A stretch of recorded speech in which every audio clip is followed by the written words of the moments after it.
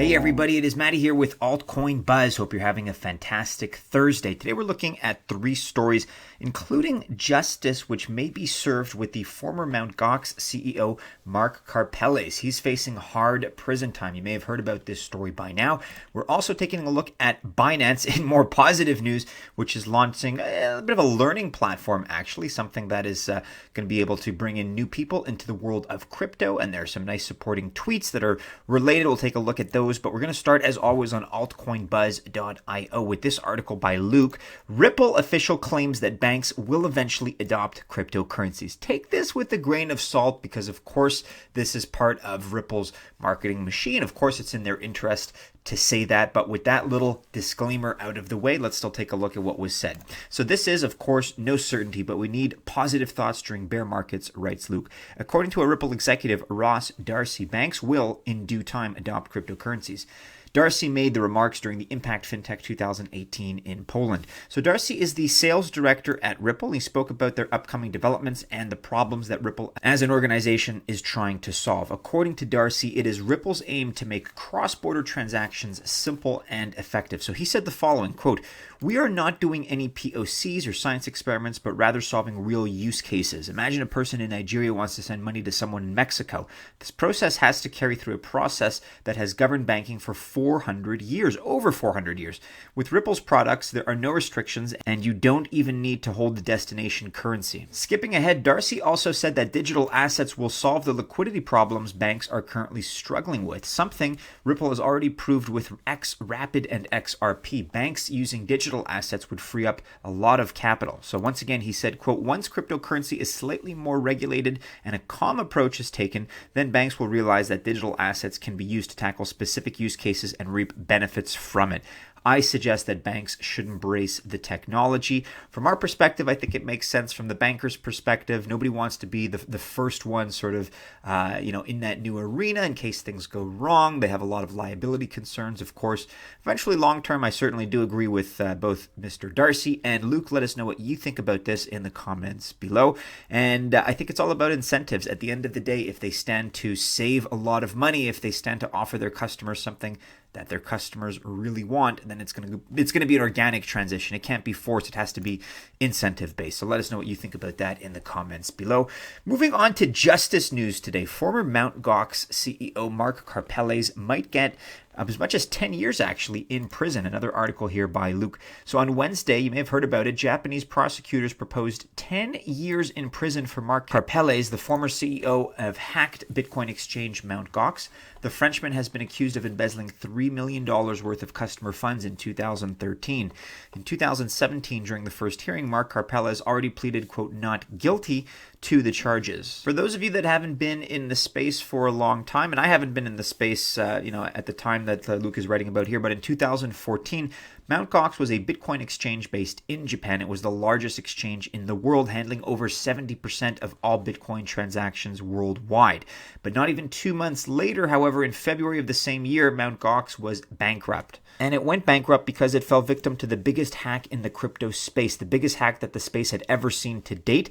It lost approximately 740,000 Bitcoin. So that's 6% of all Bitcoin in existence at the time, valued at about 460 million euros. 200,000 of those Bitcoin were eventually recovered, but the remaining 650,000 or so have never been found. So that was a hack, and you could argue that that was the result of negligence, but this most recent indictment is based on the following. The prosecutors accuse Karpeles of embezzling about 340 million yen from accounts that Mt. Gox managed on behalf of clients, doing so in the final 4 months of 2013. The prosecutors also say Karpeles used the money for business acquisitions and paying rent. Prosecutors told the Tokyo District Court that 33-year-old Mark Karpeles, quote, diverted company funds to such uses as investing in a software development business for personal interest and played a great role in totally destroying the confidence of Bitcoin users. This is really just developing and nothing is certain just yet, although jail time does seem like a possibility, let's be honest. You can take a look at this from a bunch of different perspectives. CoinSpeaker has this article, Gox Ex-CEO likely to spend next 10 years behind bars. We'll let you know more about this as it develops. It's just sort of breaking over the last 24, 48 hours or so. so. Let us know if you think this would be a good thing. I mean, there is a desire for a lot of people to see justice here. Personally, I wasn't affected by this, so I don't have a strong emotional reaction. But to the extent that we can see, people, whether they're negligent or whether they're criminally responsible for things, I like to see justice served. So, of course, I want to see this guy go through the proper judicial proceedings. Let him have his day in court. Let them have a proper case that he can defend against. But if he's found to be guilty, then why not? It's let's let the hammer of law come down on those that screw people over. That's just my opinion. Let us know what you think in the comments below. And finally, today we have a third article by Luke, who's got the triple play. He's got the hat trick. Binance launched a platform to help you learn more about cryptocurrency and blockchain. So for some of our subscribers that may be newer to the scene, that may be entering the space, I know there probably aren't a lot of you at this time. Things have been better. Things are currently kind of bleak.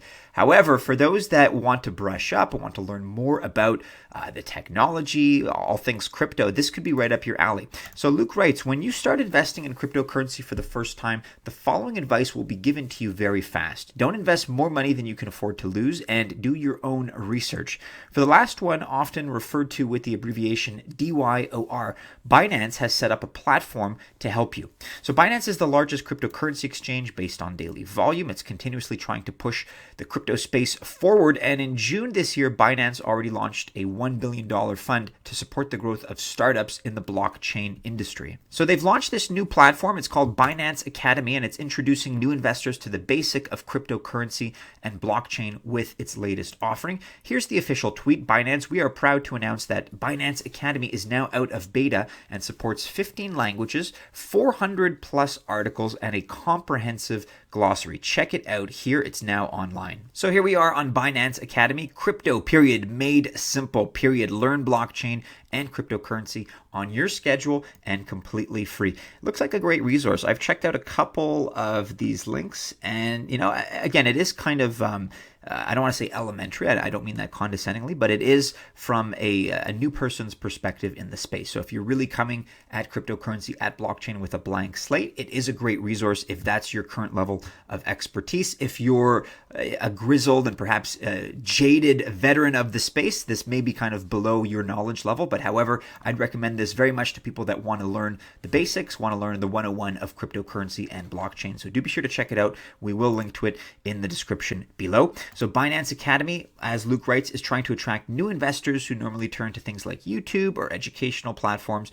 With cryptocurrency getting more popular and with Binance on a mission to stay the largest crypto exchange, the move makes sense. Overall, the Academy seems to be a good jump-off point for newbies, but seasoned cryptocurrency vets won't find much they didn't already know. Check it out either way. Let us know what you think about the service. Again, it's going to be mentioned in the description below. And this is not something we're going to go through, but related to, I don't know, an educational effort, a desire to share knowledge about crypto and blockchain. Vitalik, non-giver of Ethereum, put out the following tweet storm. Time for a brief tweet storm on non-financial applications of blockchains. As blockchain scalability gets better and better and UX improves and fees drop as a result, this will become a bigger and bigger part of the story. So we're not going to go through all of this, but there are quite a few points that he makes. If you're interested in his perspective and what he has to say, his idea about really holistically the applications and the potential of blockchain, there are some great points made here. It's a bit of a, I don't know, it depends on your standards for tweet storms, but there are a lot of points made here,